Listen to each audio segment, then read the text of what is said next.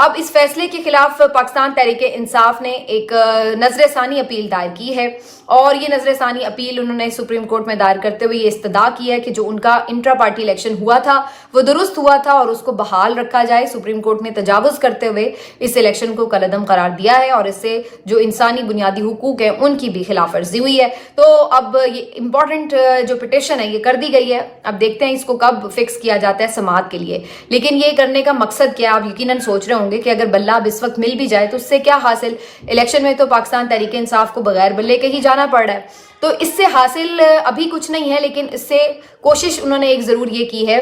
کہ جو بعد کی سچویشن ہے الیکشن کے بعد کی، کم از کم اگر اس پٹیشن کے تھرو یہ کہا جاتا ہے کہ جی انٹرا پارٹی الیکشن درست تھے، تو اس سے دو مقاصد حاصل ہوں گے۔ پہلا مقصد تو یہ ہوگا کہ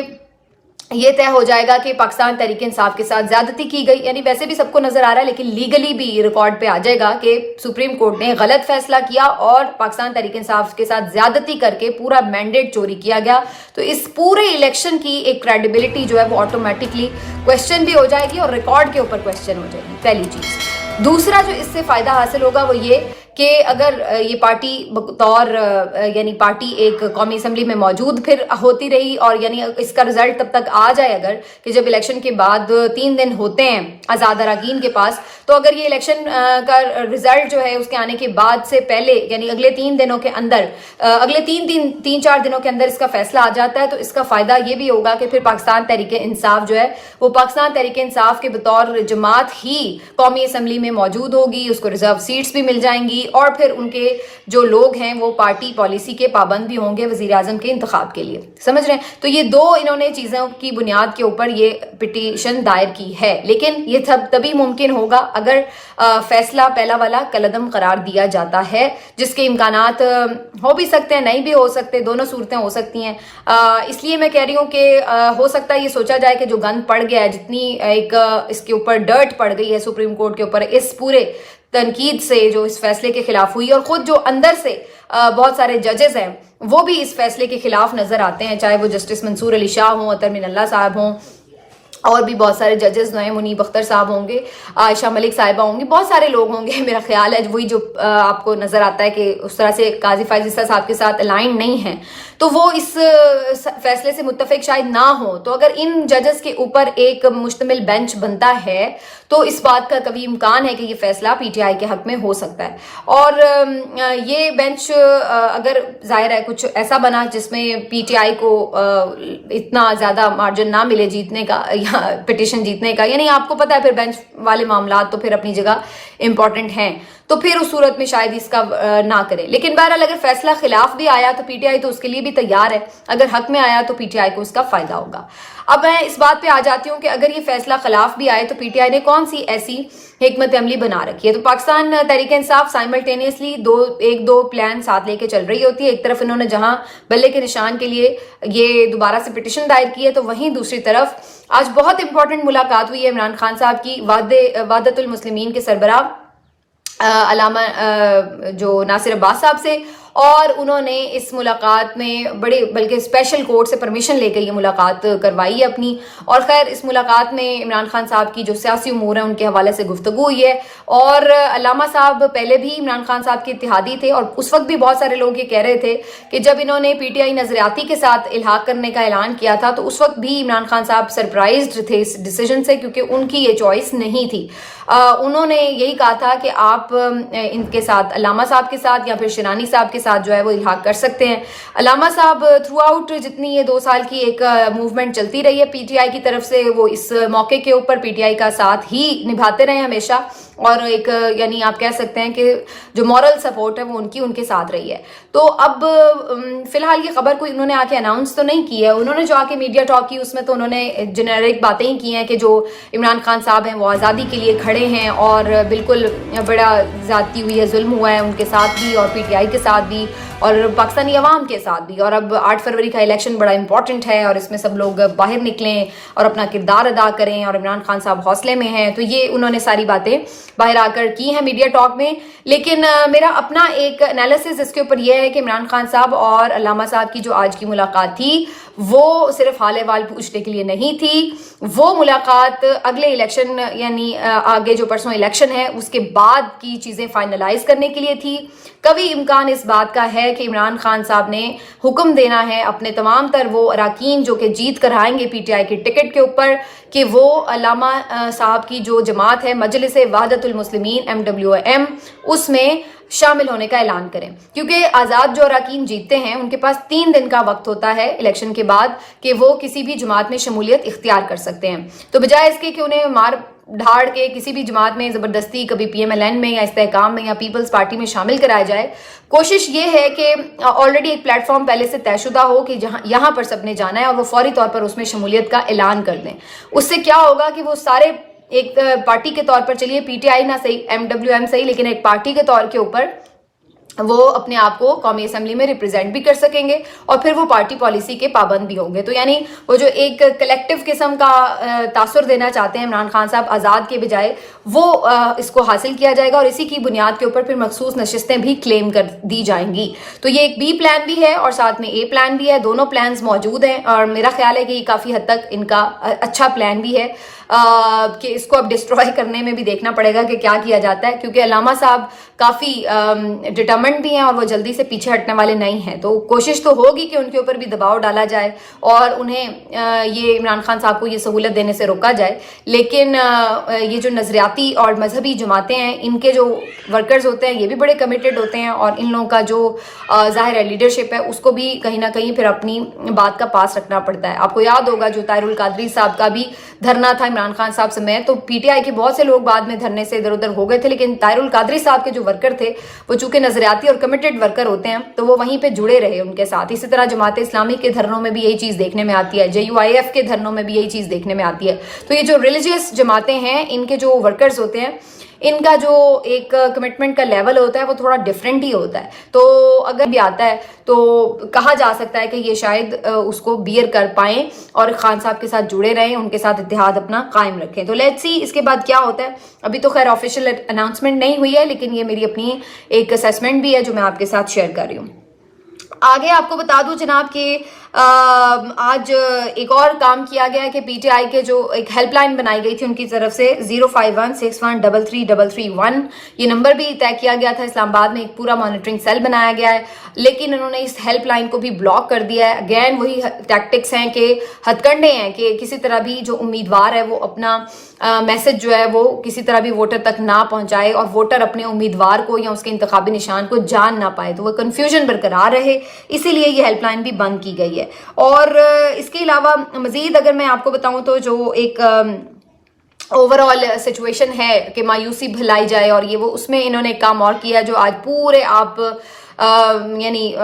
مختلف اخبارات دیکھ لیں تو آپ کو پتہ چل جائے گا. انہوں نے تو ابھی الیکشن ہوا نہیں, ابھی ووٹنگ ہوئی نہیں, لیکن انہوں نے پہلے ہی نواز شریف کو وزیر اعظم بنا دیا ہے. مطلب اتنا آج شیم فل تھا یہ دیکھنا کہ تمام اخبارات میں ایک جیسا اشتہار PMLN کا چلا ہے. چلیے اشتہار آپ نے چھاپ دیا, پہلے بھی چھاپے تھے, لیکن آپ نے ہیڈ لائنز تک فروخت کر دی ہیں. اب ہمارے ٹی وی چینلز کا اور ہمارے اخبارات کا یہ حال ہو گیا ہے کہ صرف ایڈز یا وہاں تک بات نہیں رہی کہ اشتہارات کے لیے جو ایک مخصوص آپ کا کوٹا ہے چلو جی آپ نے وہ کر لیا, بلکہ اب آپ خبریں بھی ان کی مرضی کے مطابق اشتہار کی طرح چلا رہے ہیں. جو ہیڈ لائن آج لگی ہوئی ہے وزیر اعظم نواز شریف کی لگی ہوئی ہے, تو اس سے آپ اندازہ لگا لیں کہ یہ وزیر اعظم بنا بھی چکے ہیں اپنے طور پر. تو میں ان لوگوں سے ضرور یہ سوال کروں گی کہ جو سوال ہمیشہ کرتے تھے کہ جی عمران خان کی مقبولیت تو صرف سوشل میڈیا پر ہے, اور سوشل میڈیا پر تو وہ لوگ روز رات کو عمران خان کو وزیر اعظم بنا کے سوتے ہیں, تو پھر کیا سمجھا جائے کہ نواز شریف صاحب کی بھی جو مقبولیت ہے وہ صرف اخبارات اور میڈیا تک ہی ہے میرے خیال سے, کیونکہ وہاں پر بھی ہر روز ان کو وزیر اعظم بنا دیا جاتا ہے. ہیڈ لائنز بھی چھپ جاتی ہیں, ٹی وی چینلز بھی یہی سرویز دکھانے میں بیچارے مجبور ہیں کہ جی نواز شریف صاحب جو ہیں وہ کس طرح سے لیڈ کر رہے ہیں یا بننے جا رہے ہیں وزیر اعظم. تو یہ تاثر جو ہے وہ پہلے سے بنانے کا مقصد اگین وہی ہے کہ جو PTI کا ووٹر ہے اس کو مایوس کیا جائے, PMLN کو آلریڈی یہ طے کر کے دکھا دیا جائے کہ بھئی یہی ہے اور اس کو ایکسیپٹ کر لو. تو یہ اور اس کے ساتھ ظاہر ہے اس میں جو صحافت نے گند گھولا ہے اور جو انہوں نے اپنا معیار گرایا ہے اس کے تو پھر کیا ہی کہنے.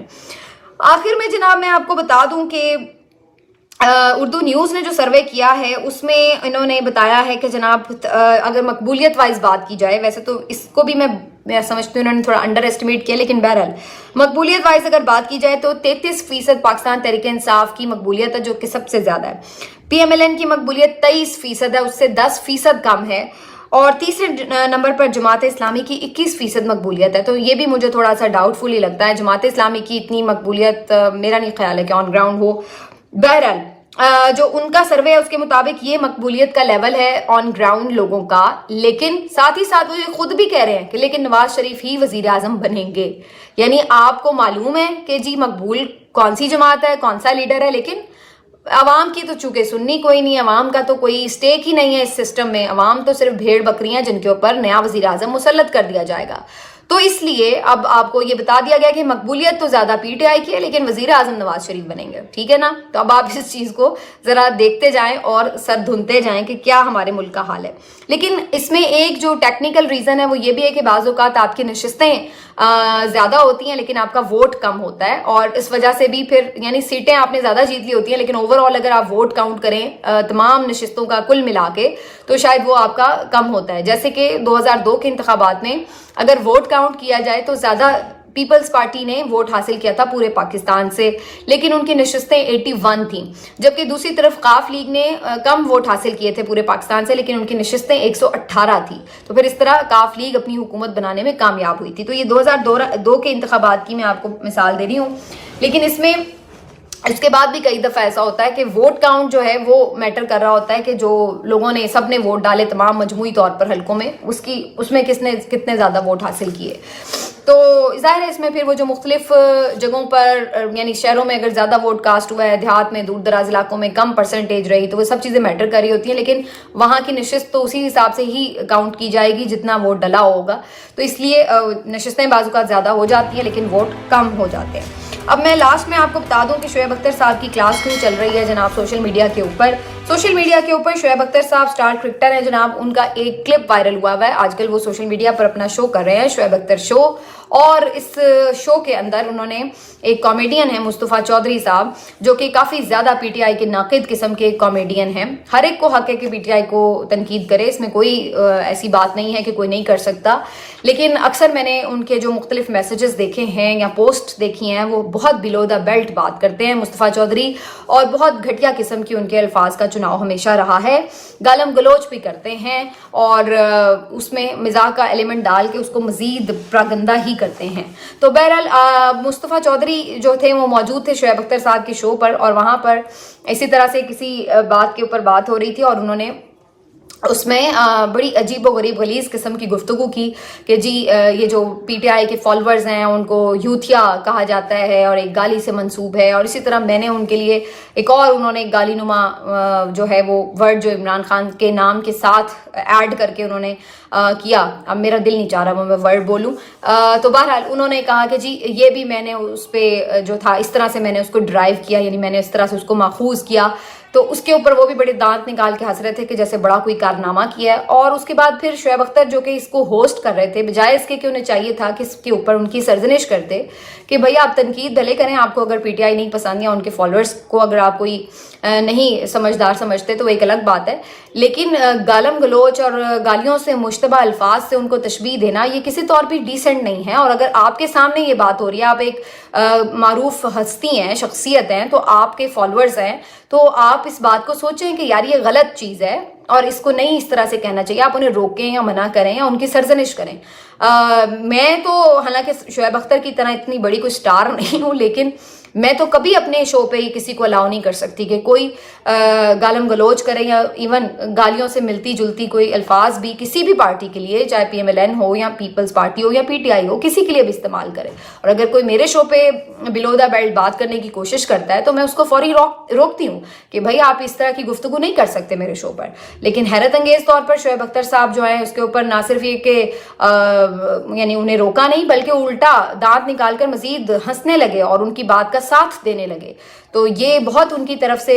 قابل تنقید بات تھی۔ میں سمجھتی ہوں کہ ان کے اوپر جو تنقید ہو رہی ہے بالکل درست ہو رہی ہے، اور شعیب اختر صاحب کو بالکل اس طرح نہیں کرنا چاہیے تھا۔ آپ کا اختلاف ہو سکتا ہے کسی سے، آپ ناپسند کر سکتے ہیں کسی کو، لیکن اس طرح کی تضحیک آمیز گفتگو نہیں کرنی چاہیے، اسپیشلی جب آپ خود ایک معروف سٹار ہوں اور آپ کی کہی ہوئی بات آپ کو لوگ دیکھتے سنتے ہیں، تو اس طرح کی غیر ذمہ دارانہ حرکت شعیب اختر سے ایکسپیکٹ نہیں کی جاتی، لیکن بہرحال انہوں نے کی اور اس کے اوپر اب مداح کافی ناراض بھی ہیں، اور پھر آپ کو پتہ ہی ہے پھر پی ٹی آئی والے بھی پیچھے تو رہتے نہیں ہیں، اور اب انہوں نے بھی سوشل میڈیا پر خوب بینڈ بجائی ہوئی ہے شعیب اختر کی، اور اب وہ بیچارے بھوکت رہے ہیں۔ اس سے جڑی ایک بڑی امپورٹنٹ خبر ہے پی سی بی سے معاملات سے بھی جڑی، وہ اگلے آپ کو ویلاگ میں شیئر کرتی ہوں۔ اپنا خیال رکھیے، اللہ حافظ۔